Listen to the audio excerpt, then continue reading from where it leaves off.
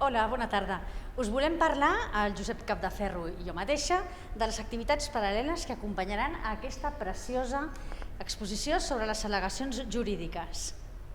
Sí, amb la Mariela Fargas hem preparat diverses activitats. La primera són dues visites guiades, una al matí del 4 de juliol i una a la tarda del 5 de juliol, perquè tothom que vulgui visitar l'exposició amb persones que l'hem muntada, doncs que tingui explicacions en directe.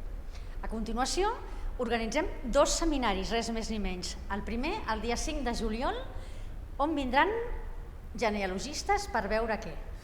Bé, per veure arbres genealògics i altres possibilitats, parlarem d'altres possibilitats que tenen les al·legacions jurídiques per les persones interessades en saber sobre històries de famílies, de nivell social més elevat, mitjà i a vegades humil.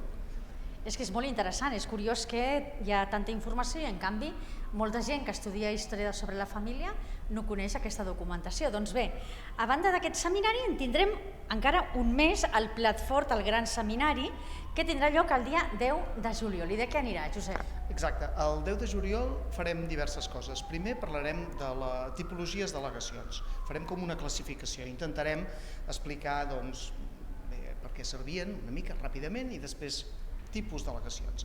I parlarem també de catalogació, perquè la Imma Moixella i l'Isabel Juncosa, que les han catalogat i han marcat pautes importantíssimes, ens explicaran aquestes pautes i les compartiran amb tothom que les vulgui conèixer.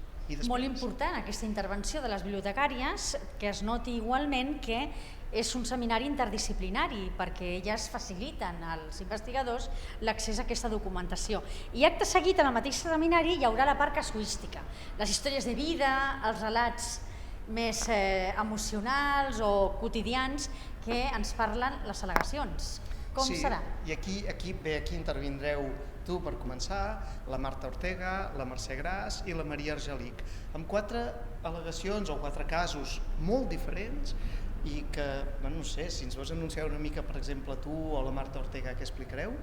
En el meu cas, que estic molt contenta de poder participar en una història que parla d'una separació, d'una anul·lació d'un matrimoni, i hi ha tot un intríngulis d'amor, de seducció, i les al·legacions són supercompletes perquè ens detallen tota mena de qüestions quotidianes de la relació d'una parella en el segle XVII, en la Barcelona del XVII.